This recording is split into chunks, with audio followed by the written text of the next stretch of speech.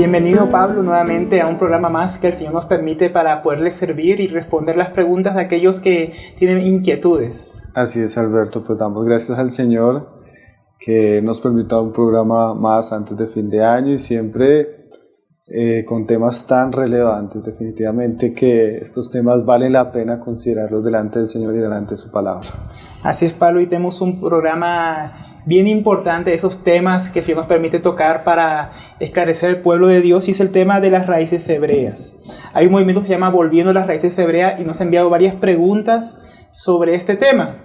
Entonces, antes de abordar estas preguntas, sería bueno, Pablo, que pudieras explicar qué es este movimiento de las raíces hebreas, de qué trata. Bueno, yo pienso que es parte de aquellos movimientos judaizantes que se están haciendo tan populares en nuestros días. Ahora, como que las características principales de este movimiento es que ellos enfatizan que la iglesia necesita, y por eso toma el nombre Volviendo a las Raíces Hebreas, que la iglesia necesita volver a sus raíces hebreas porque ellos entienden que el cristianismo a través de la historia se volvió pagano, absorbió el paganismo romano y griego. Entonces el cristianismo que encontramos en nuestros días, dicen ellos, es un cristianismo paganizado y que necesita volver a sus raíces hebreas, según ellos lo entienden en las Sagradas Escrituras. También se caracterizan como los otros movimientos judaizantes por enseñar que Jesús no abolió la ley, sino al contrario la ratificó, y que como cristianos deberíamos guardar la ley.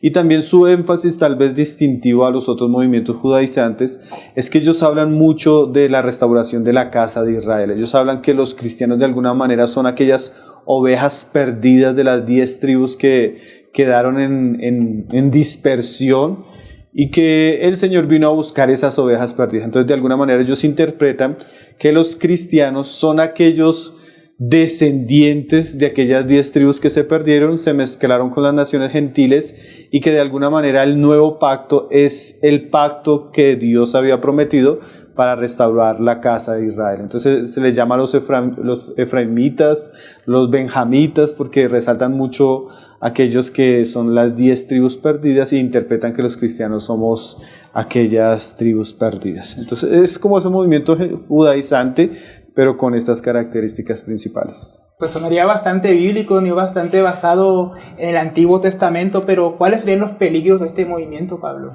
Bueno, prácticamente este movimiento es considerado una secta porque su evangelio o la manera que ellos interpretan el evangelio es totalmente diferente a lo que nosotros encontramos en el Nuevo Testamento.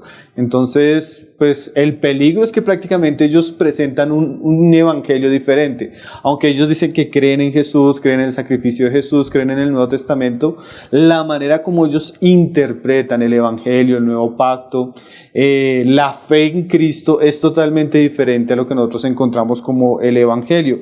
Y si nosotros ya comenzamos a ver eso, pues eso ya es muy serio, porque Pablo dice que solo hay un evangelio, y que si alguien presenta otro evangelio, ese evangelio es anatema. Entonces es una cosa que está bajo maldición, bajo el juicio de Dios, y debe ser examinado muy delicadamente por los cristianos y pues señalado, como lo estamos diciendo.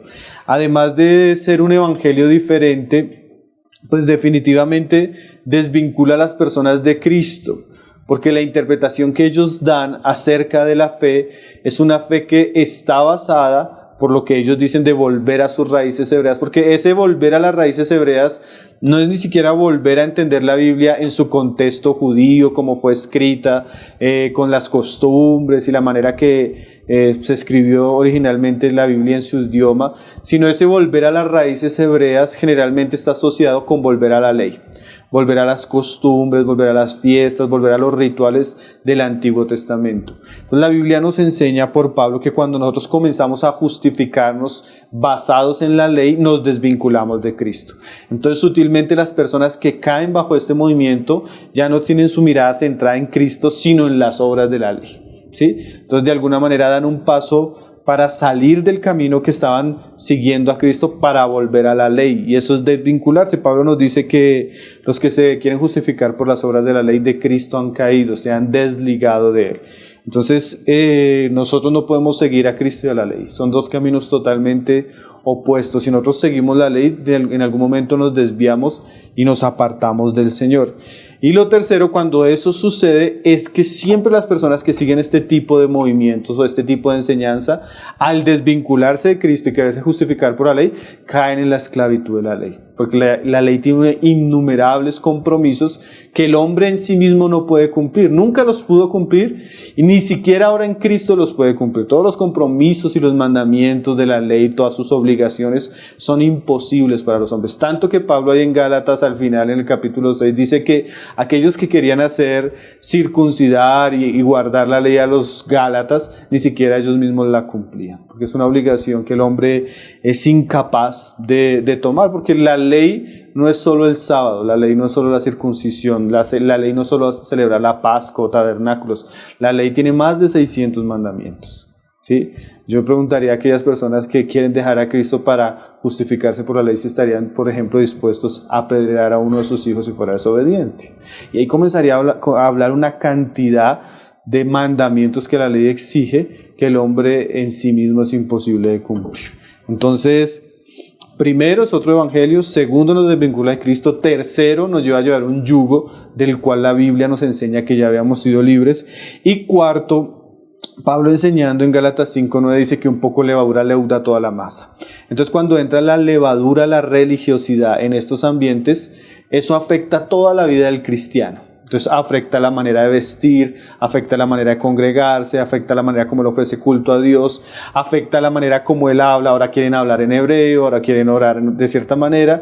Entonces el espíritu de religiosidad es muy, muy contagioso y contamina todo. Es como levadura que leuda toda la masa. Entonces estas personas cada vez se van a ver más sumergidas en un espíritu de religiosidad falsa, que definitivamente no era lo que Cristo quería para nosotros. Yo creo que el pasaje del Señor ahí en Apocalipsis 3 para la iglesia de Filadelfia es muy claro, que Él dice que Él iba a traer a la sinagoga a Satanás y eran los judíos que decían de ser judíos y mentían. Y es triste que estos movimientos están compuestos por gentiles que pretenden ser judíos, que mienten y malinterpretan las escrituras. Entonces este movimiento es muy peligroso. Entonces el programa de hoy yo creo que es muy importante porque son muchas las personas e iglesias completas las que están cayendo bajo estos movimientos por una ignorancia en cuanto a la palabra de Dios. Así es, Pablo, yo estoy sorprendido porque yo vengo de Israel, como tú sabes, y yo fui hebreo. Y a mí me sorprendió mucho llegar aquí a Colombia y varias partes de Latinoamérica a ver que este movimiento es bastante grande y que ha engañado a muchos. Hay personas que hasta nos idolatran por venir de Israel o porque tenemos un apellido en hebreo y vienen como que no congraciar con uno, que no parecer como que uno viene del mismo país y hablándome a mí en hebreo, y es algo como raro, pero es como desdibujar aquello que dice el Nuevo Pacto, desdibujar aquello que dice las Escrituras y es un judaísmo. Y yo creo que es importante que quienes nos escuchan sepan que Jesús no guardaba el judaísmo. Porque es lo que están diciendo ahora, que como Jesús era judío, nosotros debemos vivir como Jesús, ¿no? Eso que es este movimiento en pocas palabras. Y muchos ignoran que lo que enseña la Biblia no es el judaísmo, sino la palabra de Dios. Sí. Y entonces muchos quieren volver, como tú dices, a un judaísmo que realmente es el judaísmo de los fariseos, un judaísmo que no es bíblico y que no es el que Jesús guardó. Entonces, qué interesante este tema, Pablo. Sí, y lo que tú dices es cierto. Por un lado está la tradición de los judíos, ¿no? Que es la que enseña el Talmud, que es la que enseñan los rabinos de la época de Jesús. Y es curioso que ni siquiera estos supuestos cristianos que quieren volver a la ley, ni siquiera vuelven a la ley como tal, sino vuelven sobre esas prácticas que se encuentran en el Talmud de los rabinos. Pero aún si nosotros dijéramos que el cristiano quiere volver a la ley en cuanto al pacto de Moisés y lo que enseñó Moisés, él estaría pervirtiendo la esencia del nuevo pacto y la enseñanza de los apóstoles también. Entonces también fue un asunto que podríamos decir de comprender bien la ley. Y ahí nos llega una de las primeras preguntas también, Pablo. Como cristianos somos llamados a cumplir la ley. Y mira por qué viene esta pregunta, por unos versos que están en Mateo, capítulo 5, que Jesús enseñó lo siguiente: no penséis que he venido para abrogar la ley o los profetas. No he venido a abrogar, sino para cumplir. Porque de cierto os digo que hasta que pasen el cielo y la tierra, ni una jota ni una tilde pasará de la ley, hasta que todo se haya cumplido. Entonces este pasaje, por eso pregunta, ¿cómo cristianos somos llamados a cumplir la ley? Bueno, es importante entender esa enseñanza porque estos son uno de los pasajes que usan estos movimientos para enseñar que Jesús no vino a abolir la ley, sino a cumplirla. Y por ende nosotros como cristianos debemos estar bajo la ley y cumplirla. Ahora, la enseñanza de Jesús es bien importante, porque cuando Él dice que Él no vino a abrogar, sino a cumplir, eso tiene un cumplimiento y eso tiene una realidad, no solo en la enseñanza, sino en la obra, vida y el ministerio del Señor Jesús. Nosotros podemos dividir la ley en tres aspectos. La ley en su aspecto moral, que refleja la justicia de Dios. La ley en su aspecto civil, la manera como Dios mandó a la nación ser legislada, y la ley en su aspecto ceremonial, ¿sí? Todo lo que tenía que ver con el culto a Dios, sacrificios, fiestas. Esos son como los tres grandes aspectos de la ley. Entonces, cuando Jesús dice que Él viene a cumplir, es porque exactamente Él venía a obedecer de una manera plena y como nadie más había cumplido la ley. Ningún otro hombre pudo cumplir la ley como Jesús la cumplió. De tal manera que Jesús enseña que Él no venía a abrogar porque Él era el hombre que iba a vivir de una manera perfecta, cumpliendo todos los aspectos de la ley a cabalidad. Entonces, claro, Jesús nació como judío, nació bajo la ley y fue su santidad y su vida perfecta lo que lo hace un sacrificio acepto y agradable delante de Dios. Si Jesús hubiera quebrantado la ley, Él no hubiera podido morir por nuestros pecados, sino hubiera tenido que morir por su propia transgresión. Entonces, en ese sentido, Jesús enseña que Él cumplió la ley. El pastor John MacArthur, él hablando del cumplimiento de la ley acerca de Jesús, él dice lo siguiente: Jesús, Cristo, estaba indicando que Él haría el cumplimiento de la ley en todos sus aspectos. Cumplió la ley moral representándola perfectamente, cumplió la ley ceremonial al ser la encarnación de todos los tipos y símbolos que le señalaban, y cumplió la ley judicial personificando la justicia perfecta de Dios. Entonces Jesús no solo lo enseñó, sino que Él definitivamente cumplió perfectamente la ley y Él no vino a abrogarla, sino a cumplirla. Ahora, Pablo en Gálatas 4, verso 4, él nos dice que Cristo vivió bajo la ley, pero con un propósito, que eso nos ayuda a entender Mateo 5, dice Gálatas 4:4. Pero cuando vino el cumplimiento del tiempo, Dios envió a su Hijo nacido de mujer y bajo la ley, y dice el verso 5, para que redimiese a los que estaban bajo la ley. O sea, Él cumplió la ley y Pablo nos enseña que la cumplió también con el propósito de redimirnos a nosotros que estábamos bajo la ley. Entonces, Cristo cumple la ley para que a través de su justicia perfecta y su muerte, no solo nos redime del pecado y de la condenación, sino nos redime de todos los compromisos que teníamos antes de Cristo bajo la ley. O sea que Cristo no solo me salvó de la condenación, sino que Cristo me salvó de la ley. ¿Y por qué me tenía que salvar de la ley? Porque la ley tenía innumerables maldiciones para aquellos que la transgredíamos. Entonces, cuando Cristo muere, Pablo me está enseñando que muere y cumple la ley para librarme a mí de la ley y yo no estar bajo el compromiso de la ley. Entonces, ese es un aspecto bien importante que necesitan entender los cristianos para entender Mateo 5. Cuando Jesús dice que Él vino a cumplir la ley, no era para dejarnos un ejemplo para que nosotros cumpliéramos la ley con Él, sino el mismo pasaje de Gálatas nos enseña que Él cumplió la ley para salvarnos, redimirnos de la maldición y de las obligaciones que teníamos bajo la ley. Entonces es muy importante que nosotros entendamos por la suma de la palabra lo que Jesús estaba diciendo.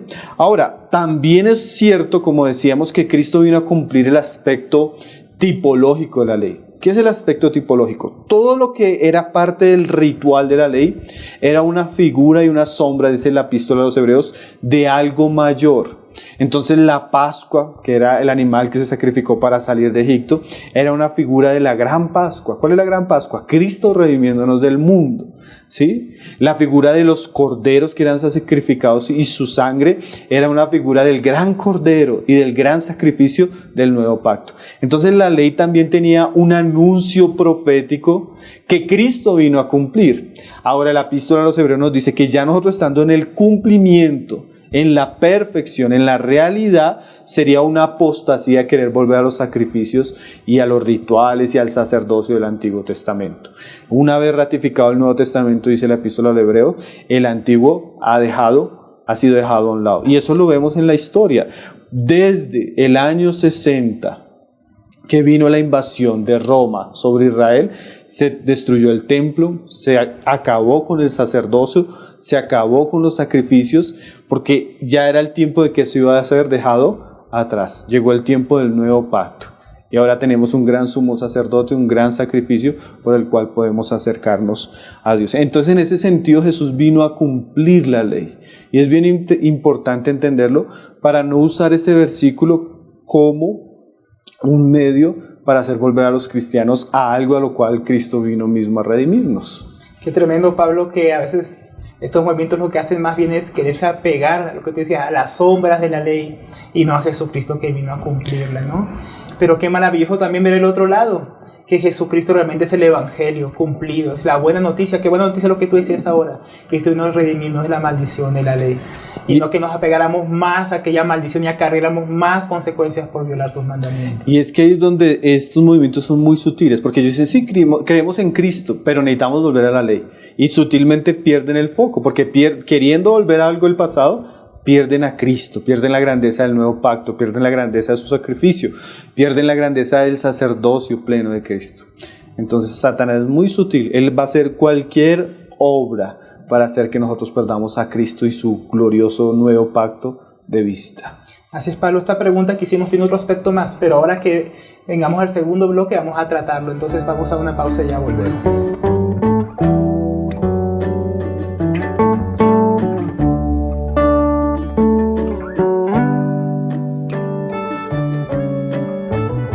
Bueno, Pablo, tenemos otra pregunta que nos ha llegado, que es bien importante y tiene bastante que ver con la que estábamos tocando en el bloque anterior. Y tiene que ver con la pregunta, esta pregunta tiene que ver con Mateo 5, versículo 19, que es el versículo que sigue, y dice así: de manera que cualquiera que quebrante uno de estos mandamientos muy pequeños y así enseñe a otros hombres, muy pequeño será llamado en el reino de los cielos. Mas cualquiera que haga y los enseñe, este será llamado grande en el reino de los cielos. Y entonces preguntan, entonces cuando Jesús decía que cualquiera que quebrante estos mandamientos sería considerado pequeño en el reino de los cielos, ¿a qué se refería? Si no hay que cumplir la ley, si la ley no es para el cristiano.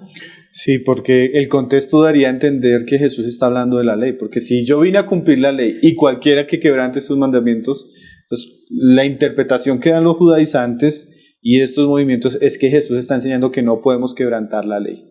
Os vamos a ser llamados pequeños. Pero lo que se hace en esa interpretación tan simplista es quitar todo el contexto. ¿Por qué? Mateo 5, 6 y 7 es el gran sermón del monte. Y el sermón del monte no comienza en el verso 18 ni en el 19, sino él ya viene desarrollando una serie de enseñanzas.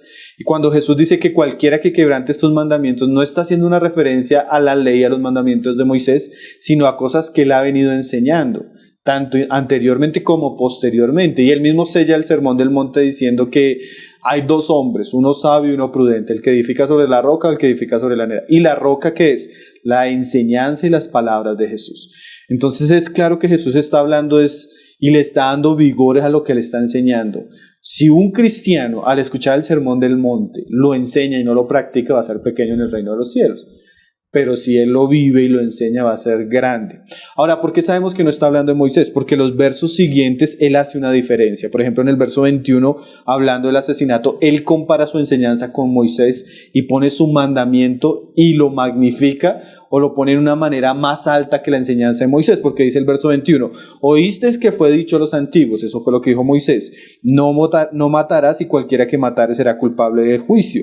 Y en el 22 dice, pero yo os digo. Entonces usted ve la diferencia. Moisés dijo eso y cualquiera que hace eso, dice la ley que debe morir. Pero yo os digo que cualquiera que se enoje contra su hermano será culpable de juicio. Entonces ahí usted ve la diferencia de la enseñanza de Jesús y la enseñanza de Moisés. Entonces vemos claramente que el Señor Jesús está haciendo referencia a sus mandamientos. Ahora, los judaizantes dicen, no, pero es que en este momento cuando Jesús está hablando de estos mandamientos todavía no había sido escrito el Nuevo Testamento ni los Evangelios. Y era cierto, pero cuando Jesús está hablando de este pasaje ya por lo menos tenía 1 año o 2 años de ministerio. Un ministerio público donde había enseñado en muchos lugares y su enseñanza ya era conocida. Entonces él está haciendo referencia a su enseñanza oral, que posiblemente, no posiblemente, sino seguramente eso llegaría a ser escrito inspirado por el Espíritu Santo en los evangelios. Entonces es claro, este pasaje más adelante habla del adulterio, más adelante habla del divorcio, y él hace siempre la comparación: Moisés os dijo, pero yo os digo; Moisés os dijo, pero yo os digo. Entonces ahí claramente uno se da cuenta que Jesús, cuando habla de los mandamientos, no está hablando de los mandamientos de la ley, sino sus mandamientos. Más adelante en Juan dice: el que me ama guarda mis mandamientos. O sea, claro que Jesús dejó el evangelio y la enseñanza del reino de los cielos para los cristianos. Tiene mandamientos que deben ser obedecidos y amados por los discípulos de Jesús. Ahora, estos mandamientos, es interesante, ahí haciendo como un paréntesis, estos mandamientos de alguna manera no son la ley, porque no son la ley, son superiores a la ley. ¿Y por qué eso es interesante? Porque los judaizantes dicen: bueno, entonces como Jesús no manda cumplir la ley, entonces los cristianos podemos matar, robar, mentir, porque ya no estamos bajo la ley. Pero lo interesante es que el nuevo pacto, ahora los que tienen el Espíritu, dice Romanos, que cumplimos la justicia de la ley. ¿Cómo así cumplimos la justicia de la ley? No solo no matamos, sino como dice Jesús, aún sentimos que airarnos contra un hermano es un pecado igual de serio como matar, ¿sí? O aún sentimos que cuando miramos a una mujer para codiciarla en nuestro corazón, estamos adulterando, cosas que la ley no decía. Entonces, de alguna manera, aquel aspecto moral de la ley, de la justicia de la ley, el cristiano que anda en el Espíritu vive una vida superior. Y el estándar de esa vida superior es lo que Jesús decía que era el resumen de la ley: amarás a Dios con todo tu corazón y a tu prójimo como a ti mismo. Entonces nosotros no estamos bajo la ley, pero los que estamos en el Espíritu, en Cristo, vivimos una vida superior aún al estándar de moral y de santidad de la ley.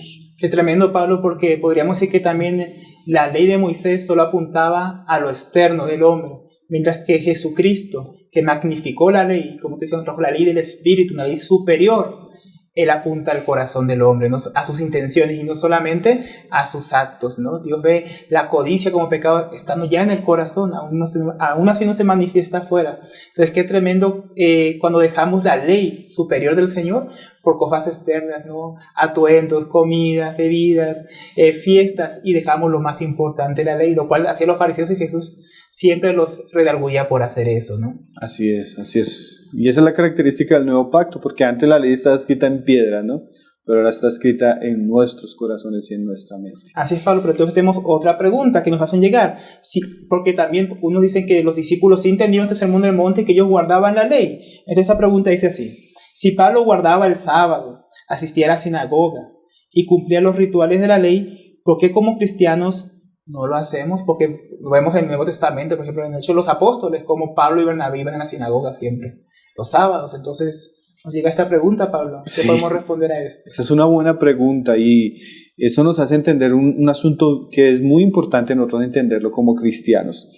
Bueno, primero, cuando leemos estos eventos, por ejemplo, lo que se dicen ahí, que Pablo guardaba el sábado, Pablo iba a la sinagoga, Pablo cuando fue a Jerusalén que hizo un voto en Nazareato, nosotros estamos leyendo el libro de Hechos, y el libro de Hechos tiene que tener una hermenéutica saludable para no torcer el libro.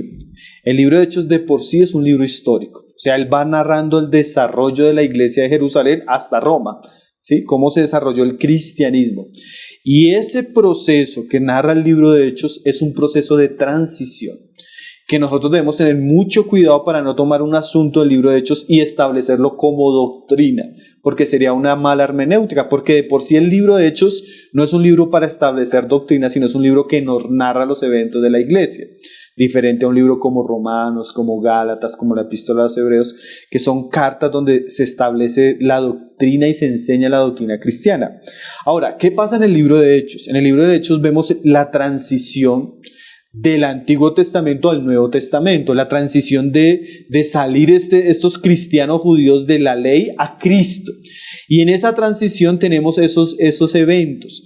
Ahora, ¿por qué Pablo iba a la sinagoga? ¿Por qué Pablo guardaba el sábado? Pues es muy claro que el Señor primero envió a los apóstoles a los judíos. Entonces Pablo, cuando llegaba a una ciudad, él primero iba a donde estaban los judíos. ¿Y dónde estaban los judíos? En la sinagoga. Pero Pablo no usó la sinagoga ni la práctica del sábado para establecer una conducta o una práctica cristiana. Pablo, ¿para qué usó la sinagoga y el sábado para predicar el evangelio. O sea, Pablo no llegaba ahí para acomodarse a los judíos. Pablo llega ahí a predicar el evangelio a los judíos.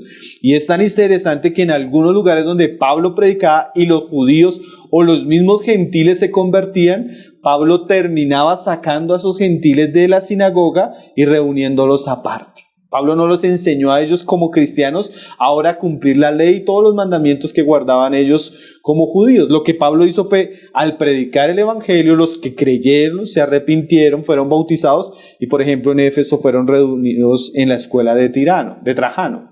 Entonces, ahí nosotros vemos cómo Pablo no estableció como práctica y como norma cristiana el estar en la sinagoga ni el guardar el sábado. Simplemente él estaba usando la sinagoga como una plataforma para predicar el evangelio. Por ejemplo, nosotros hoy en día, el Señor nos abre puertas en una iglesia adventista, se reúnen el sábado y sabemos que podemos ir a predicar. Vamos allá a predicar el evangelio, que se arrepientan, que abandonen eso y vuelvan su corazón a Cristo. Pero el hecho de que yo esté predicando el evangelio allá no quiere decir que yo guarde el sábado, o no quiere decir que yo me esté acomodando a las prácticas de ellos. Simplemente, si lo podemos decir, era una estrategia misionera evangelística de Pablo para llegar primeramente a los judíos. Ahora, cuando ellos cerraban su corazón, él fácilmente daba la espalda y se volvía a los gentiles. Y bueno, el voto en Jerusalén, que tal vez es un pasaje difícil para algunos de asimilar, cómo Pablo llega a Jerusalén y se somete a la petición de Santiago y los ancianos de Jerusalén. Pues Pablo ahí en 1 Corintios capítulo 9, él nos explica eso, que es lo mismo que sucedía con la sinagoga. El verso 19 él dice lo siguiente, dice: por lo cual, siendo libre de todos, Pablo está hablando de su ministerio de predicar el evangelio, dice: me he hecho siervo de todos para ganar a mayor número. O sea, Pablo dice que él era libre. En Cristo somos libres, pero Pablo dice que para ganar a mayor número se hace siervo. Y él explica, dice en el 20, me he hecho a los judíos como judío, para ganar a los judíos. A los que están sujetos a la ley, y él explica, aunque yo no esté sujeto a la ley, como sujeto a la ley, para ganar a los que están sujetos a la ley. Entonces, el asunto en Jerusalén es que Pablo llega a una iglesia que es la iglesia donde más judíos hay, y hay unos que Pablo también dice que están ahí, son creyentes, pero todavía guardan la circuncisión y tienen eso muy arraigado. Entonces Pablo llega a una iglesia a la cual trae ofrendas de parte de las iglesias gentiles, y Pablo sabe que es un ambiente difícil. Entonces Pablo, para no causarle tropiezo a esos judíos que se habían convertido, que eran nuevos creyentes, que todavía tenían el peso de la ley, Pablo decide, ¿sí?, hacerse siervo y someterse a ellos para que esa situación no le genere un tropiezo a los hermanos. Y no solo a los hermanos de la iglesia, sino de por sí al ambiente de la ciudad, porque se decía de Pablo que Pablo hablaba contra la ley, que Pablo hablaba contra el templo, que Pablo hablaba contra el antiguo pacto. Entonces fue una situación más de Pablo hacerse judío a los judíos. Aunque él era judío, él podía hacerlo porque como judío él no tenía el problema de que estuviera transgrediendo algo, porque culturalmente lo había hecho toda la vida, y él prefiere someterse a eso como una manera de no serle tropiezo a los judíos y poder aún servirle a la iglesia que estaba en Jerusalén.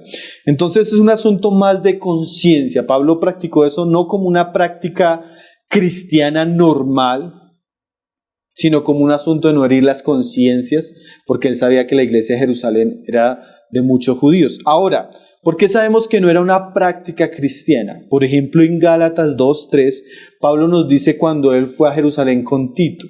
Y lo voy a leer porque ese pasaje es muy importante, porque en Gálatas 2:3, Pablo nos muestra que aunque él se sometió a eso por amor a los judíos, él no permitió que un gentil como sería Tito cayera o fuera obligado a circuncidarse, a guardar la ley, porque eso sería afrentar el evangelio. Dice así Gálatas 2:3, mas ni aun Tito, que estaba conmigo, con todo y ser griego, fue obligado a circuncidarse. ¿Sí? Y a pesar de los falsos hermanos introducidos a escondidas que entraban para espiar nuestra libertad que tenemos en Cristo Jesús, para reducirnos a esclavitud, a los cuales ni por un momento accedimos a someternos. Y mire por qué Pablo no permitió que Tito fuera circuncidado. Dice ahí, para que la verdad del evangelio permaneciese con vosotros. O sea, Pablo no dejó circuncidar a Tito porque él entendía que si hubiera dejado circuncidar a Tito, los judíos hubieran tenido una excusa para obligar a los gentiles a circuncidarse y la verdad del evangelio hubiera sido quebrada. ¿Y cuál es la verdad del evangelio? Que ya en Cristo no hay judío ni griego, varón ni hembra, esclavo ni libre. O sea, Dios nos recibe a nosotros no por ser judío o practicar ciertas cosas de la ley, sino Dios nos recibe a nosotros ahora es por Cristo. Entonces, cuando Pablo accedía a hacer estos requerimientos que le pidieron en cuanto al voto, lo hacía por la conciencia y no ser tropiezo a los judíos que estaban en la ciudad, ni a la iglesia, especialmente a los nuevos creyentes de la iglesia en Jerusalén, que todavía tenían el peso de la ley. Pero él entendía que, por ejemplo, hacer que Tito hiciera esto era poner un requisito a los cristianos gentiles que la Biblia no les ponía. Y es lo tremendo, mire, Alberto, una de las cosas tremendas es que la mayoría de judaizantes hoy son gentiles. Sí. Son titos queriéndose circuncidar, pero según lo que dice Pablo, ellos están atentando contra la verdad del evangelio. Qué tremendo, son gentiles que realmente lo que hacen es negar la verdad del evangelio y negar lo que Pablo dice a los filipenses, que la verdad de la circuncisión no es a la que estemos nosotros, es en el corazón de los hombres, no es eso que nosotros mismos somos la circuncisión hecha por Cristo. Entonces, qué tremendo, como tú dices, muchos titos dando vueltas por ahí en el desierto, queriéndose parecer a algo que, en vez de parecerse a Cristo, queriéndose parecer a judíos que fueron los que lo negaron, no quisieron recibirlo. Y eso es lo que dice Jesús de la sinagoga de Satanás ahí en Apocalipsis 3, que dicen ser judíos y no lo son. Quieren ser más judíos que los judíos. Son más indios que, quién sabe, que aztecas y quieren ser judíos. Eso he visto muchos lados, hasta en el Amazonas, como se dice, hermano, indígenas queriendo vivir como el pueblo de Israel, haciendo un sacrificio de animales. Es una cosa realmente triste porque el verdadero sacrificio es Jesucristo y es el que nos limpia. Pero entonces, Pablo, si tú decías que en Hechos de los Apóstoles podemos ver todas estas prácticas de los apóstoles y de varios creyentes que venían de Jerusalén, de que ellos procuraban guardar la ley, ¿cómo podemos ver esto, leer estas cartas, leer estos libros en la Biblia y no caer en una mala interpretación, como tomando aquellas cosas que ellos hacían como una ley ahora para los cristianos? Bueno, ¿cómo no sacar conclusiones extrañas y extraviadas? Pues, por ejemplo, digamos, la mejor manera de interpretar Hechos, que es un libro histórico, él es un libro histórico, él va en un proceso de desarrollo, es entendiendo la doctrina que enseñan los apóstoles. Por ejemplo, yo pienso que un estudio que todo cristiano y toda iglesia debe tener cuando estudia el evangelio es lo que enseña el Nuevo Testamento de la ley, porque la ley es muy enseñada en el Nuevo Testamento y Pablo dice que la ley es buena si nosotros hacemos un uso legítimo de la ley. Y el mejor uso legítimo de la ley no es la interpretación que dan los rabinos de la ley, no es la interpretación que dan los judaizantes, sino la interpretación de los mismos apóstoles de Jesús, en este caso, por ejemplo, Pablo. Si yo quiero entender la ley, yo debo entender la enseñanza de Pablo en cuanto a la ley. Yo soy profesor del libro de Romanos y no hay un capítulo, del capítulo 1 al capítulo 9, 8, especialmente que es el primer bloque del libro, que Pablo no hable de la ley. Siempre que Pablo explica el evangelio, siempre introduce la idea de la ley. ¿Por qué? Porque claro que nosotros, en un sentido, debemos recibir nuestra fe y la fe vino a través de los judíos, dice Pablo. La salvación vino a través de los judíos. Las escrituras Dios se las encomendó a los judíos. Entonces ese proceso de la ley, el antiguo pacto, no fue un proceso de un hombre, fue Dios a través de ángeles, dice la escritura, que le dio el antiguo pacto a Moisés y al pueblo de Israel. Entonces nosotros tenemos que tener una idea clara de lo que enseñan los apóstoles acerca de la ley para no malinterpretar ni siquiera esos eventos que están en Hechos. Entonces, por ejemplo, Pablo nos dice cosas muy importantes en cuanto a la ley. En 1 Timoteo 1:9, en Romanos 7, Pablo nos dice que la ley fue dada para mostrarnos el pecado. La ley no fue dada para justificar al hombre. La ley en sí es buena, es justa, es santa. Entonces, ¿cuál es el problema y por qué no podemos guardarla? Porque la ley, al ser buena, justa y santa, ¿qué muestra? Que yo soy un pecador. ¿Qué muestra? Que yo soy culpable. Como decía Martín Lutero, la ley es nuestro mejor aliado para predicar el evangelio. ¿Por qué? Porque cuando sacamos la ley, la gente se da cuenta que no puede salvarse por sus obras. Entonces necesita un salvador. Entonces la ley es como aquel diagnóstico, pero que no trae la cura, ¿sí? Aquel que nos muestra que estamos enfermos, pero no da la oportunidad de sanarnos. Entonces la ley fue dada por Dios y enseña Pablo en muchos lugares para mostrar el pecado. Dice Romanos 7:7, ¿qué pues diremos? ¿La ley es pecado? En ninguna manera. Y nosotros no queremos hablar hoy mal de la ley en ninguna manera. Entonces, ¿qué dice Pablo? Pero yo no conocí el pecado sino por la ley. O sea, yo no conocí que era codiciar si la ley no me dijera no codiciarás. ¿Sí? Entonces, primeramente los apóstoles entendían que la ley tenía un propósito, mostrar el pecado. ¿Para qué? Segundo, y eso lo enseña Pablo también en muchos lugares, para que una vez el hombre vea su pecado, sea conducido por la misma ley a Cristo. ¿Sí? Pablo dice ahí en Gálatas 3 que la ley es como nuestro ayo, como nuestro tutor. Y ese tutor, mientras el niño estaba pequeño, él lo tiene que conducir, lo tiene que enseñar y acompañar. ¿Hasta qué momento? Hasta que viene Cristo.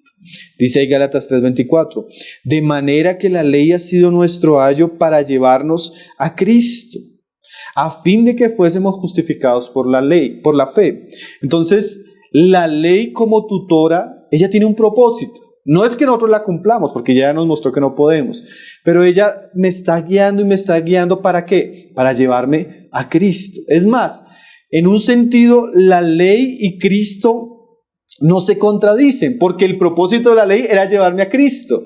O sea, yo verdaderamente soy un hombre obediente a la ley cuando creo en Cristo, porque la ley era mi ayo, mi tutor, y me decía, tú no puedes, tú no puedes, tú no puedes, pero va a haber uno que puede. Y si tú pones tu confianza en Él, la justicia de Él te va a ayudar a vivir la vida que debes vivir. ¿Sí? Entonces, la ley es nuestro ayo, pero dice Pablo ahí mismo en el verso siguiente, en el 25 dice, pero venida la fe, ya no estamos bajo ayo. O sea, la ley lleva un propósito, llevarme a Cristo. Y cuando yo llego a Cristo, la ley ha cumplido su trabajo. Es como un profesor de universidad. El profesor de universidad te enseña el primer periodo, el segundo periodo, el tercer periodo. Pero cuando tú te gradúas y vas a comenzar tu vida profesional, tú no sigues con el profesor. ¿Cierto? El profesor ya cumplió su tiempo.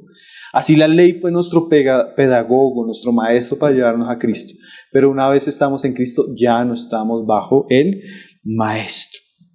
Otra enseñanza importante de Pablo en cuanto a la ley es que la ley, dice Romanos ahí en 7:1, es que esto es bueno leerlo, yo sé que esto alarga un poco el tema, pero es muy importante que nosotros lo leamos. Dice Romanos 7:1 que Pablo enseña que la ley nos lleva a Cristo, pero que ya no estamos con compromisos con la ley.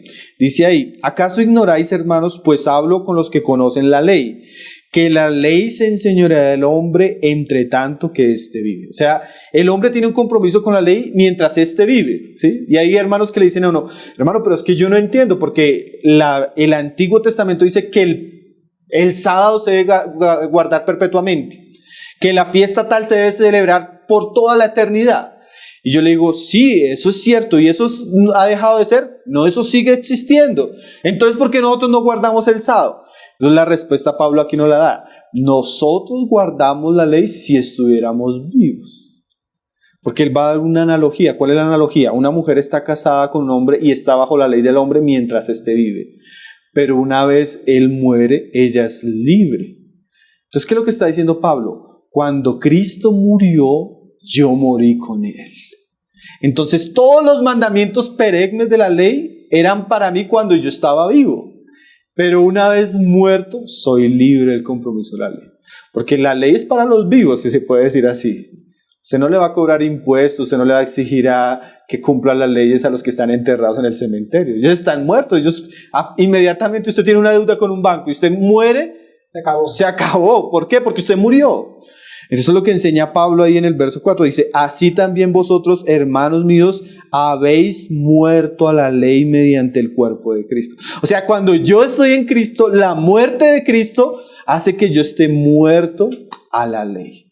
Entonces sí, el sábado es perpetuo para los vivos. Yo estoy muerto en Cristo.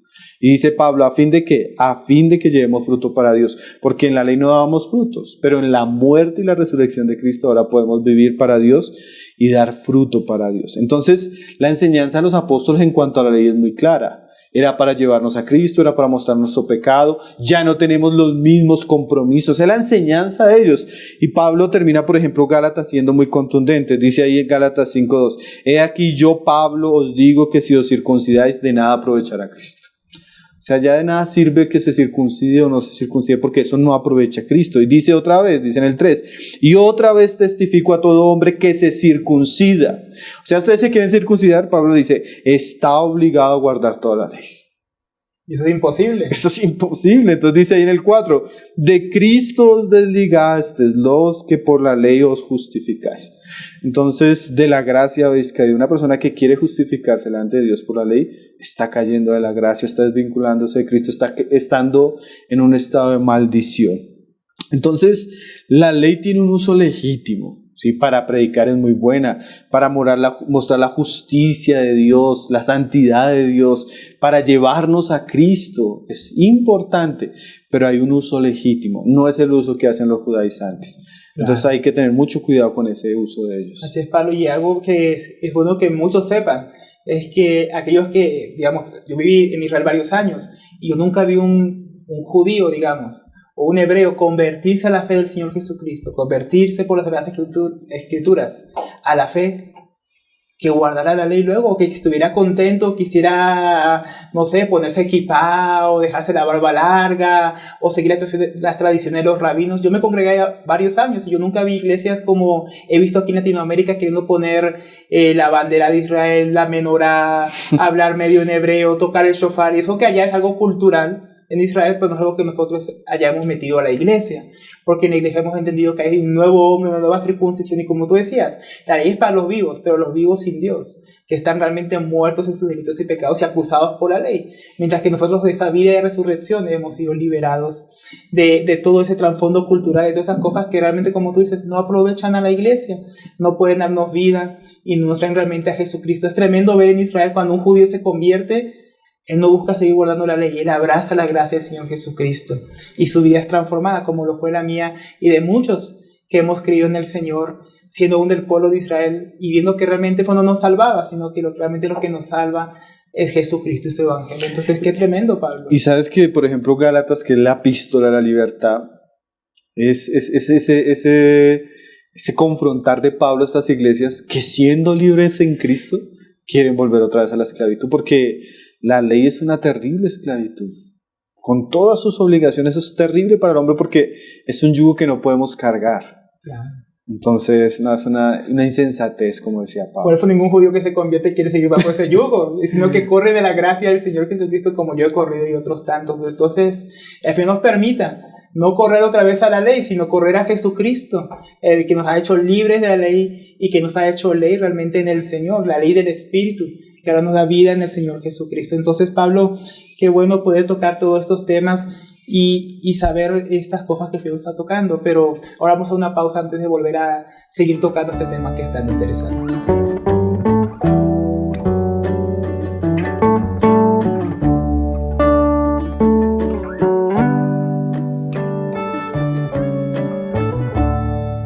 Bueno, Pablo, para iniciar este tercer bloque, quisiéramos entrar en una pregunta que es bien importante, que algo que tú mencionaste al principio, y es algo que han preguntado muchas veces, a mí me lo han preguntado, y es en cuanto al argumento de que los cristianos son aquellas ovejas perdidas de la casa de Israel.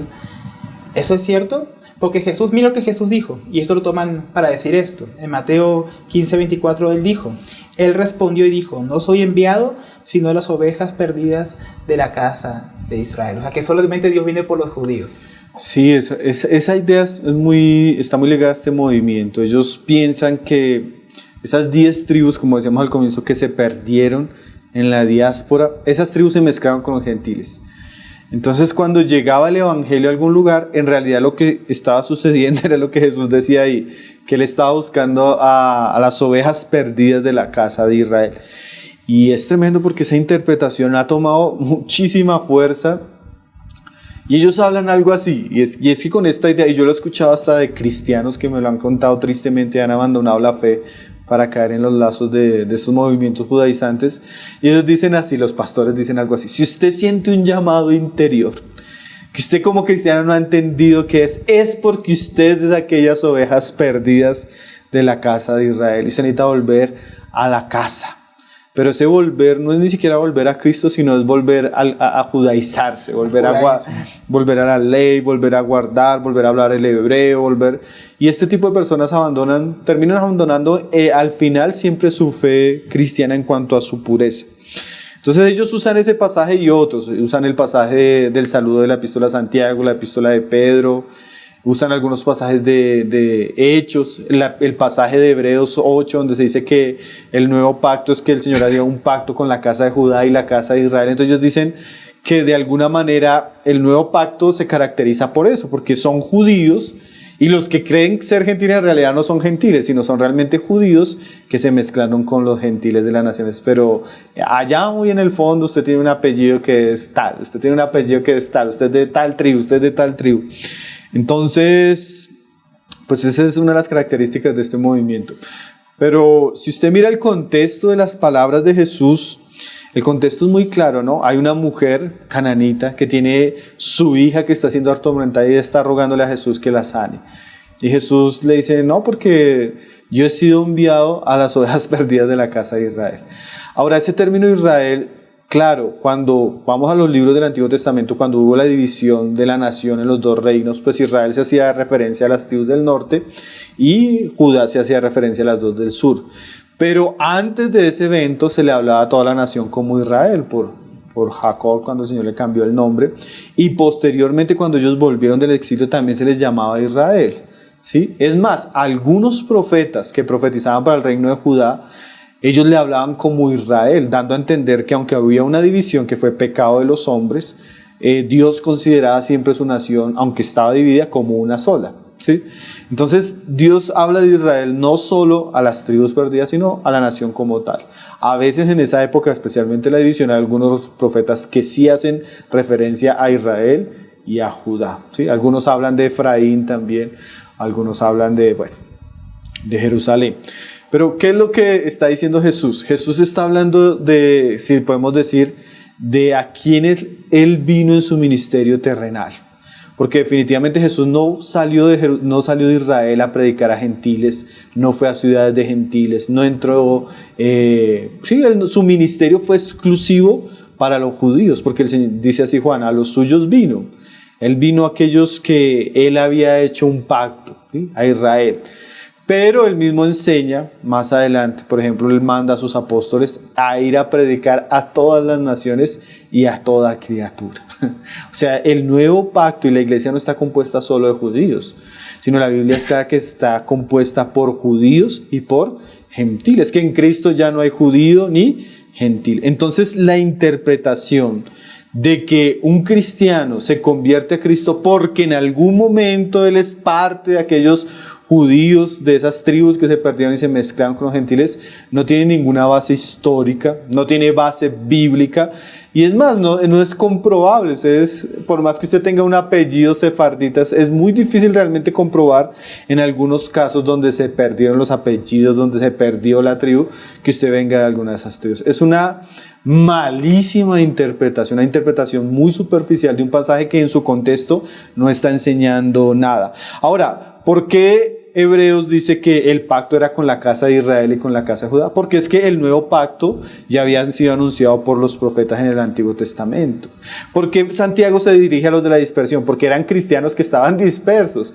¿Por qué Pedro también se dirige a ellos? Porque eran judíos cristianos que eran los que Pedro mayormente visitaba, acompañaba y pastoreaba, que habían sido dispersos. Pero así como tenemos cartas escritas a esos judíos cristianos en la dispersión, también tenemos muchísimas cartas escritas a iglesias gentiles, como los Gálatas, los Corintios, los tesalonicenses, los filipenses, los romanos, ¿sí? Iglesias que eran compuestas en su mayoría por gentiles. Posiblemente también había judíos, pero eran compuestas en su mayoría por gentiles, porque Pablo enseña, por ejemplo, ahí en Efesios 3:5, que el misterio que en otras generaciones, o sea, que no entendían los profetas ni en el Antiguo Testamento, no se había dado a conocer a los hombres, como ahora era revelado a sus santos apóstoles y profetas por el Espíritu, era este. ¿Cuál era el misterio? Dice ahí el verso 6 de capítulo 3 de Efesios, que los gentiles son coherederos y miembros del mismo cuerpo. O sea, el misterio era que en ese nuevo pacto que Dios había prometido en la ley y en los profetas, los gentiles iban a ser coherederos. Los gentiles iban a participar. Dios iba a derribar la pared intermedia entre judíos y gentiles y los iba a unir en Cristo. Y el peligro de esta interpretación es que la base y es que yo he escuchado esto de predicadores así como para uno romperse la camisa y tirarse ceniza después de que los escucha uno predicar, porque ellos dicen, sí, miren lo tremendo, ellos dicen, sí, usted es salvo. Es porque aunque usted sin dárselo cuenta, usted pertenece al Israel de Dios. Hablando de la descendencia del linaje.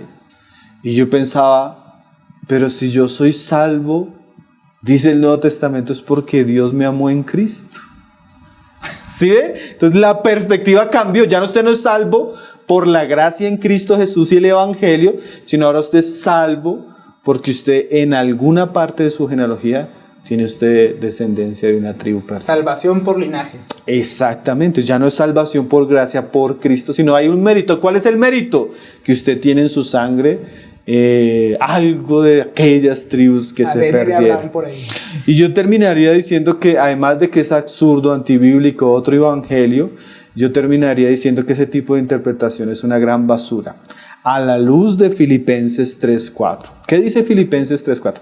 Si hay alguien en el Nuevo Testamento o algún cristiano que en algún momento de la historia se hubiera podido gloriar de su descendencia, de su nacionalidad, de su religiosidad y de su manera como cumplía la ley, era Pablo. Pero mire lo que dice Pablo. Gálatas 3:4. Aunque yo tengo también de qué confiar en la carne, si alguno piensa de que tiene que confiar en la carne, yo más. Circuncidado al 8º día, el linaje de Israel, de la tribu de Benjamín, hebreo de hebreos, en cuanto a la ley fariseo, en cuanto a celo perseguidor de la iglesia, en cuanto a la justicia que es la ley, según la ley, irreprensible. Pero cuantas cosas eran para mí ganancia, las he estimado como pérdida por amor de Cristo, y ciertamente aún estimo todas las cosas como pérdida por la excelencia del conocimiento de Cristo Jesús, mi Señor, por amor del cual lo he perdido todo y lo tengo por basura para ganar a Cristo. O sea, cuando a mí me dicen, no, es que yo soy de la tribu tal, no, es que yo soy descendiente de tal, no, es que yo cumplía la ley tal, yo podría decir, para mí eso es basura, como Pablo. Es una interpretación que es totalmente anticristiana. Esas cosas en las que los hombres se glorían en la carne, para Pablo eran basura. ¿Por qué eran basura? Porque eso en comparación a Cristo no tiene comparación. ¿Sí? Entonces, esa interpretación de que hay algún mérito, de que hay alguna raíz, de que hay alguna validez o ganancia en que yo tenga alguna descendencia o sea parte de alguna de las tribus, para Pablo eso era absurdo. Pablo tenía eso como por basura. Pablo se hacía gentil a los gentiles. ¿Sí? Pablo no le importó ser perseguido por los de su propia nación. Pablo no le importó seguramente perder muchos de sus vínculos con su familia, con la tradición, con los fariseos, con el Sanedrín, porque cuando él encontró a Cristo, encontró la perla más preciosa y lo demás era basura. Y así nosotros debemos interpretarlo. ¿Qué es para nosotros ser descendiente de Judá, ser descendiente de Benjamín o del que sea? Para nosotros es basura, porque eso no nos salva. El único mérito por el cual podemos acercarnos a Dios es por Jesucristo. Entonces, de esta manera, estos movimientos introducen sutilmente otro evangelio y quitan la mirada a los cristianos de Cristo y los llevan a cosas que Pablo consideraba basura. Imagínese usted dejar a Cristo por basura. Terrible. Pues están como los fariseos de aquella época, como los saduceos que ignoraban las escrituras y el poder de Dios.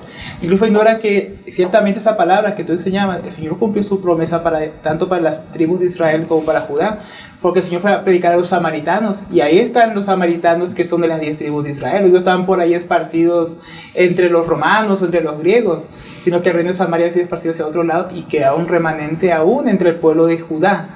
Entonces vemos que ciertamente la palabra se cumplió, puede decir que entonces el Señor no cumplió su palabra, y no fue por las 10 tribus, ¿no? Jesús fue a los samaritanos, y no fueron los samaritanos, Él dijo, no, primero en Judea, luego en Samaria y luego a los confines de la tierra. Entonces qué bueno ver que el Señor tuvo misericordia no solamente de Judá, no solamente de Samaria, sino aún de los gentiles, y nos salvó es por gracia y no por obras que hubiéramos hecho, ¿no? Qué tremendo Pablo. Pero bueno, pero hasta ahí no llegan sus argumentos de ello, hay otros argumentos más y otras preguntas. porque tú sabes que ellos endiosan mucho el idioma hebreo. Sí. Y ellos hablan en hebreo o medio hebreo. Yo me lo he encontrado que me vienen a hablar a mí medio hebreo, medio español. Yo en Colombia hablo español porque es lo que se habla. Y cuando estoy en Israel hablo hebreo porque es el idioma que se habla. Y es como uno debería pues pensar y actuar. Pero uno siempre se los encuentra hablando hebreo. Y entre otras cosas ellos dicen, por causa del hebreo, que ese es el idioma verdadero de la Biblia. Y que las traducciones en español y los textos griegos son falsos. ¿Qué podemos decir de eso, Pablo? Bueno, ese es uno de los ataques que como cristianos debemos tener más cuidado con estos movimientos, porque de alguna manera ellos atentan contra la autoridad del Nuevo Testamento y en sus argumentos denigran los textos griegos y las traducciones, por ejemplo, al español. Y es interesante que yo hablaba en estos días y escuchaba a una persona que criticaba el video de las iglesias orgánicas y la persona decía lo siguiente, él decía, es que ustedes no se dan cuenta que la Reina Valera tiene miles de errores. Entonces me parecía curioso porque uno conociendo a las personas ni siquiera saben hablar español ni leer español, nunca han estudiado griego y conocen los miles de errores que tiene la Reina Valera, pero uno sabe que ellos simplemente están repitiendo palabras que escucharon pero no tienen ninguna base de conocimiento como para llegar a semejante argumento. Ahora, el asunto es sencillo, Alberto. No hay ninguna evidencia en el Nuevo Testamento para nosotros pensar que alguna parte del Nuevo Testamento, algún libro del Nuevo Testamento haya sido escrito en hebreo o era en arameo, que era el hebreo que se hablaba en la época del Señor Jesús. Hay una teoría, especialmente con el Evangelio de Mateo, que en algún momento fue escrito en hebreo y que la copia canónica que nosotros podemos tener, o el canónico de Mateo, es griego. Se tiene la teoría que se escribió en hebreo, pero no hay pruebas, ¿sí? Es solo una teoría. Entonces, es interesante que Dios en su soberanía, porque nosotros creemos en un Dios soberano, Dios en su soberanía dejó que los evangelios y los escritos del Nuevo Testamento todos quedaran en griego, con algunas palabras en arameo en algún evangelio, pero palabras, ¿sí? Y no tenemos ningún texto hebreo. Entonces, si nosotros no creemos en los cientos de manuscritos griegos que tenemos del Nuevo Testamento, ¿en qué creemos? ¿Cuál es la base para nuestra fe? Es un asunto muy serio. Entonces, es curioso eso. Dios dejó el nombre de su Hijo escrito en griego. Las primeras iglesias, los manuscritos, las cartas que recibían los evangelios eran griegas, ¿sí? Entonces nosotros, es una falacia cuando ellos quieren decir que vuelven a un texto del Nuevo Testamento en hebreo, porque no existe. Pablo, pero yo lo he escuchado decir que hasta el libro de Gálatas fue escrito en hebreo. Yo no podía creer cuando escuchaba esas cosas. Ellos pueden decir muchas cosas, pero no tienen evidencia, porque ¿cómo nosotros sabemos esto? Pues por los textos. Sí, los manuscritos. Cuando nosotros vamos a los manuscritos más antiguos, las familias, porque tenemos varias familias, encontramos solo textos griegos. Ahora, claro que cuando nosotros estamos hablando de copias, de traducciones, nosotros creemos que pueden haber errores de traductor, porque estamos hablando de un griego koiné que se escribió hace 20 siglos y que el copiar, el traducir va a generar algunos problemas, pero gracias a Dios del Nuevo Testamento tenemos cientos de copias y podemos hacer un cotejo y entender cuál sería el mejor traducción de esos textos. Pero todo eso es toda una ciencia y hay gente que dura años estudiando griego y hebreo en el Antiguo Testamento para hacer traducciones, para hacer revisiones. Hay gente que ni siquiera sabe leer griego y va a venir a hacer esas declaraciones. Esa es una de las falacias que tiene este movimiento, ¿no? Ahora, también es interesante, Alberto, cosas que a veces no se dicen, pero, por ejemplo, los cristianos, aún posiblemente Jesús, los apóstoles, cuando citaban el Antiguo Testamento, posiblemente ellos en su mayoría se apoyaban no en la versión hebrea del Antiguo Testamento, sino en la Septuaginta, que fue una traducción al griego del Antiguo Testamento. Y eso es tremendo, porque tanto fue así que los judíos en el primer siglo hicieron el concilio de Hagnia para tratar de recuperar el texto masorético y ponerlo como norma del Antiguo Testamento, porque la mayoría del texto que usaban los cristianos era la Septuaginta. Entonces los judíos cogieron como una aversión a la Septuaginta porque fue el texto mayormente usado por los cristianos. Entonces ni siquiera los cristianos tuvieron ese fanatismo, esa idolatría al texto hebreo, porque si el idioma más común en la época de Jesús era el griego, el idioma universal, pues ellos lo que querían hacer era que la palabra llegara a todos. Entonces muchos de los sermones de los apóstoles son paráfrasis de la Septuaginta que fue escrita en griego. Entonces uno no ve ni siquiera esa idolatría en los apóstoles. Sí, Abraham, Joshua, que es un judío convertido a Cristo, él dice así: la fe con exceso de celo se convierte en fanatismo. Y cuando ellos hacen eso con el idioma, están cayendo en un fanatismo falso, un fanatismo que está lleno de falacias, y que los apóstoles nunca se preocuparon por eso, ¿no? Así es, para el Señor los ayude, ¿no? Ojalá ellos hubieran ido como yo cuando fui joven a una sinagoga, para darse cuenta que ahí ni siquiera leen las escrituras. Como tú decías, enseñan el Talmud y siguen las tradiciones, y cuando uno ve estos movimientos es exactamente lo mismo que están siguiendo, y no al Señor Jesucristo y a su palabra. Así es. Pero bueno, Pablo, tenemos una última pregunta que quisiéramos abordar antes de acabar el programa. Y es, ¿qué podemos aprender de todo esto, Pablo? De este movimiento, ¿qué se puede rescatar para nuestro entendimiento, nuestro provecho? Mira que, sabes que una cosa que yo he visto, y es que estos movimientos han tomado tantas fuerzas que yo he escuchado testimonios de iglesias completas que salen de la fe y caen en el judaísmo en esto. Y la mayoría de cristianos son susceptibles a caer en estos movimientos porque son como niños fluctuantes que se dejan llevar por cualquier viento de doctrina. Viene la prosperidad, se van para allá. Vienen los judaizantes, se van para allá. Viene la confesión positiva, o sea, cuando los cristianos no están bien arraigados en la verdad y fundamentados, ellos van a dejarse caer en estos movimientos. Y hablábamos antes de la grabación que es tremendo, porque hay cristianos que hay en iglesias donde nunca escuchan una buena predicación, nunca les enseñan la palabra, es pura motivación, pura prosperidad, puro pacto. Entonces cuando abren internet y ven el rabino con la barba larga y ven que les habla en hebreo y que comienza a citar el Antiguo Testamento y comienzan a profundizar, entonces eso los atrae.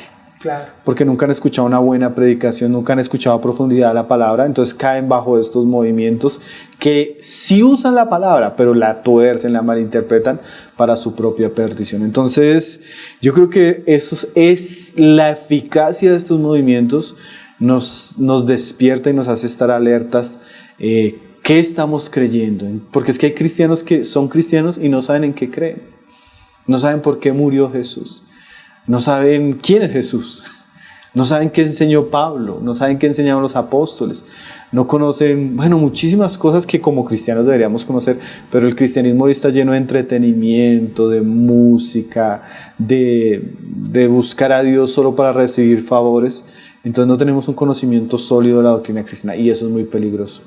Y yo creo que lo segundo que estudiando esto, que lo hace reflexionar a nosotros. Yo he tenido la oportunidad el último año y medio de estar enseñando en el Instituto Antiguo Testamento y Pentateuco. Y una de las cosas que yo pienso es que los cristianos en un sentido han menospreciado mucho el Antiguo Testamento. No conocen el Antiguo Testamento, no conocen la enseñanza del Antiguo Testamento, no conocen las profecías, no pueden ver a Cristo ahí en el Antiguo Testamento. Entonces, al tener ese vacío tan grande, vienen estos movimientos y hacen una interpretación falsa del Antiguo Testamento. Entonces confunden a los cristianos. Pero nosotros debemos saber que el Antiguo Testamento es la palabra profética más segura. Y él tiene un propósito, el propósito de llevarnos a ser sabios en cuanto a la fe que es en Cristo Jesús. El propósito es preparar el camino del Salvador. El propósito es mostrar el desarrollo del plan de Dios, revelar a Dios su carácter, su santidad, sus obras, para que cuando su Hijo se manifieste podamos creer en Él. Entonces, cuando los cristianos no conocen ni entienden de una manera legítima el Antiguo Testamento, ellos caen fácilmente en las malas interpretaciones que hacen los judaizantes de esto. Entonces necesitamos conocer que fue palabra profética, que fue inspirada por Dios y que debemos interpretarla según el Espíritu Santo como nos fue dada. Yo pienso que una de las cosas más preciosas que he tenido en mi lectura personal, y hay libros que son preciosos, de poder ver a Cristo en el Antiguo Testamento, poder entender la importancia de cada libro, su lugar, su propósito y cómo todo cuadra en el plan de Dios. Eso nos va a librar y va a ser como un buen antídoto ante las enfermedades de estos movimientos judaizantes que tuercen las Escrituras, pues para la perdición de ellos y de los que lo escuchan. Entonces necesitamos restaurar el entendimiento, la lectura y el amor por toda la suma de la palabra. Eso incluye los 39 libros del Antiguo Testamento. Así es, Pablo, que Dios restaure la iglesia en este entendimiento, que como hacían los apóstoles, podamos ver y hacer ver a Jesucristo en la ley en vez de buscar la ley para llevar a los cristianos nuevamente a ella. Que el Señor nos ayude a tener un espíritu de discernimiento para no caer en las redes de estos movimientos que sean de eruditos, ¿no? Y así engañan a muchos incautos que no conocen las Escrituras. Y el mejor antídoto, sin duda, es la misma Biblia, la cual puede abrir nuestros ojos, nuestro entendimiento para no caer en sus redes y realmente para ver a Jesucristo en todas las cosas, porque como la misma Escritura declara, todo fue hecho por Jesucristo, de Jesucristo y para Jesucristo. Y aún la misma ley es para eso. Y a veces nosotros pensamos, ¿no?, que nosotros somos para la ley y que ahí está la santidad, que ahí viene nuestra santificación, nuestra sabiduría, nuestra transformación, cuando todo se encuentra solamente en Jesucristo, Pablo. Así es, yo pienso que volver a nuestras raíces hebreas en su buena interpretación sería, como decía Karl Barth, que la Biblia es un libro judío y necesitamos conocer su contexto histórico, su contexto cultural, su contexto social, y eso nos abre una luz tremenda para entender el pasaje. Más no es como estos movimientos dicen volver a la ley, volver a fiestas, volver a cosas que ya realmente no hacen parte del nuevo pacto. Entonces damos gracias al Señor por este tema. Les recomendaría a los que nos ven entrar a la página de nuestra revista, la revista Tesoros Cristianos, la 4ª edición, que ya está libre para descarga en internet, también para los que la quieran adquirir en físico. Ella trata del uso legítimo de la ley. Y ahí los hermanos que escribieron los artículos, yo creo que hubo una gracia especial para tratar este tema. Y muchas de las cosas que hemos estado hablando se escribieron ahí. Hay muchos pasajes, una buena lectura y una buena interpretación de todo eso. Entonces animo a los que nos están viendo para que puedan acceder a ese material, que seguramente va a ser de mucha bendición en cuanto al tema. Así es, para eso material que el Señor ha provisto para ayudar a su iglesia. Y bueno, y siempre tenemos ahí las Sagradas Escrituras para estar atentos a ellos, como hicieron los de Berea, ¿no? Que mientras Pablo les explicaba, ellos iban viendo a Cristo en la ley, iban viendo que él había sido prometido y estaban viendo que por medio de él podían tener el perdón de sus pecados. Entonces que el Señor ayude a mucho pueblo que está todavía buscando la salvación y esa liberación, sacarse ese yugo, poniéndose otro yugo más grande. Entonces que Dios ayude a que muchos sean libres por medio del Evangelio de Jesucristo y sean libres del yugo del judaísmo y carguen el yugo ligero de Jesucristo. Entonces gracias, Pablo, por acompañarnos nuevamente y que el Señor bendiga su palabra y que su palabra corra. Amén. No, a ti también, Alberto, y a todos los que nos oyen. Nosotros debemos saber que nosotros no tenemos enemigos. Nuestros enemigos no son personas, pero hay cosas que sí son nuestros enemigos: doctrinas, filosofías y todo movimiento que se opone al Evangelio, a la doctrina sana del Nuevo Testamento. Ese sí es nuestro enemigo, y contra ese debemos luchar fervientemente. El Señor nos ayude y nos dé gracia y victoria en medio de este conflicto en torno a la verdad, porque realmente es un conflicto. Hay una guerra contra la verdad y nosotros como cristianos debemos combatir ardientemente por la fe que una vez nos ha sido dada y que es amenazada por estos falsos maestros que enseñan un falso evangelio. El Señor nos ayude y ayude a los que nos oyen para entender la solemnidad y la seriedad de estos asuntos. Así es, Padre, que nos ayude.